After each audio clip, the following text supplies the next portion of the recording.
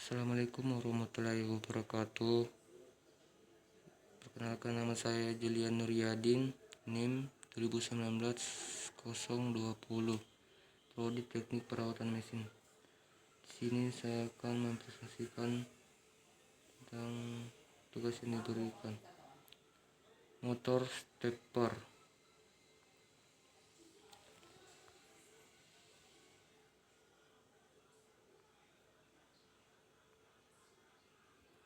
Definisi motor stepper. Motor stepper adalah salah satu jenis motor DC yang dikendalikan dengan pulsa-pulsa digital. Prinsip kerja motor stepper. Prinsip kerja motor stepper adalah mengubah pulsa-pulsa input menjadi gerakan mekanis distrik.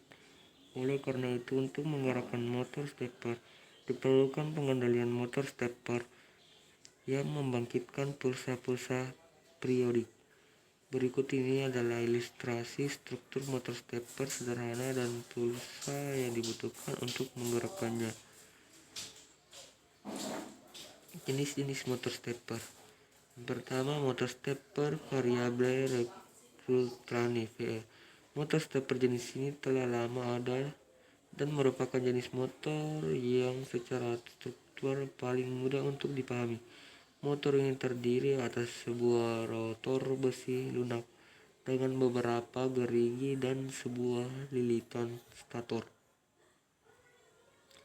2. Motor stepper permanen magnet. Motor stepper jenis ini memiliki rotor yang berbentuk seperti kaleng bundar. Titancap yang terdiri atas lapisan magnet permanen yang diselang-seling dengan kutub yang berlawanan. 3. Motor stepper hybrid. Motor stepper tipe hybrid memiliki struktur yang merupakan kombinasi dari kedua tipe motor stepper sebelumnya. Motor stepper tipe hybrid memiliki gigi seperti pada motor tipe dan juga memiliki magnet permanen yang tersusun secara aksial pada batang porosnya seperti motor tipe PM. Motor stepper dibagi menjadi dua jenis: motor stepper unipolar, motor stepper bipolar. Motor stepper unipolar. Pengalihan motor stepper unipolar lebih mudah dirancang karena hanya memerlukan satu switch transistor setiap lilitannya. Sedangkan motor stepper bipolar diperlukan sinyal pulsa yang berubah-ubah dari positif ke negatif dan sebaliknya. Yang kedua, hidrolik. Hidrolik merupakan sebuah cabang dari ilmu perihal yang meneliti arus zat cair melalui pipa-pipa dan pembuluh-pembuluh tertutup maupun dalam kanal-kanal terbuka dan sungai-sungai. Kata hidrolik berasal dari kata hudor, bahasa Yunani, yang berarti air. Di dalam teknik hidrolika berarti penggerakan, pengaturan, dan pengendalian di mana berbagai gaya dan gerakan kita peroleh dengan bantuan tekanan suatu zat cair. Hidrolik terbagi dalam dua bagian. Yang pertama, hidrolik dinamika dan hidrostatik. Hidrodinamika yaitu ilmu yang mempelajari tentang zat cair yang bergerak. Hidrostatik yaitu ilmu yang mempelajari tentang zat cair yang bertekanan pada.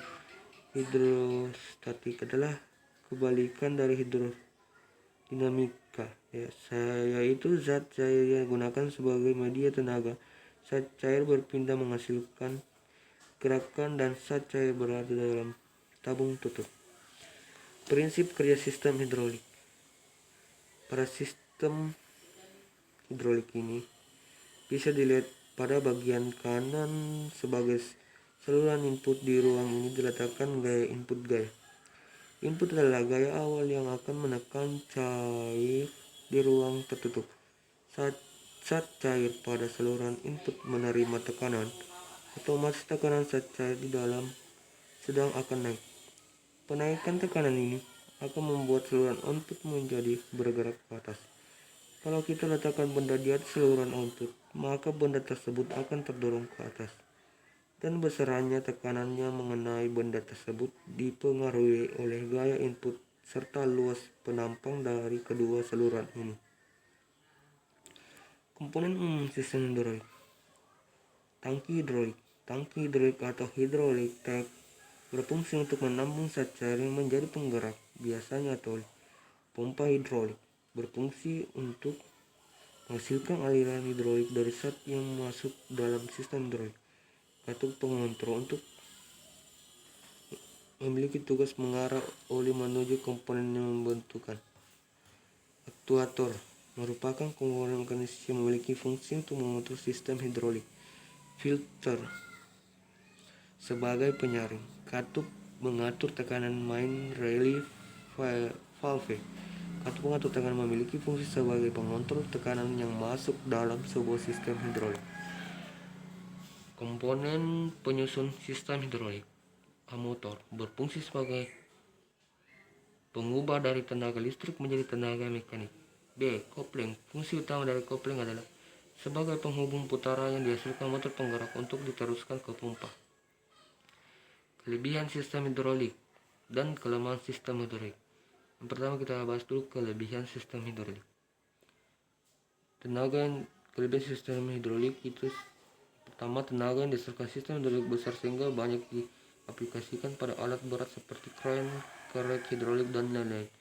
B. Oli juga bersifat sebagai pelumas sehingga tingkat kebocoran lebih jarang dibandingkan dengan sistem pneumatik. B. C. Tidak bersih. Sedangkan kelemahan sistem hidrolik. A. Fluida yang digunakan. Oli, harganya mahal. B. Apabila terjadi kebocoran akan mengotori sistem sehingga sistem hidrolik jarang digunakan pada industri makanan maupun obat-obatan. Yang ketiga, sistem pneumatik.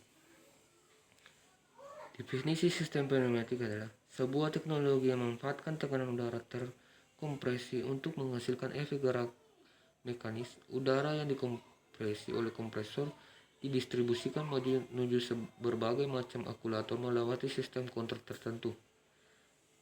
Kadang ada juga udara terkompresi tersebut dicampur dengan atomizer oil untuk kebutuhan pelumasan pada sistem akumulator. Namun yang lebih umum adalah udara berkompresi yang kering atau telah mengalami proses pengeringan melalui air dryer. Cara kerja sistem pneumatik. Udara disedot oleh kompresor dan disimpan pada reservoir air hingga mencapai tekanan sekitar kira-kira 6-9 bar. Kenapa harus 6-9 bar? Karena bila tekanan hanya di bawah 6 bar akan menurunkan daya mekanik dari cylinder kerja pneumatik, dan sedangkan bila bertekanan di atas 9 bar akan berbahaya pada sistem perpipaan atau kompresor.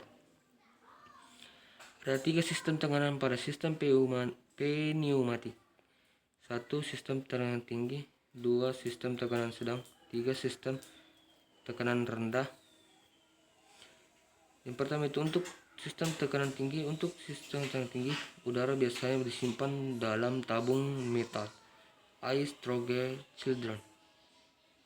cylinder pada rangkaian tekanan dari 1000 sampai 3000 PSI.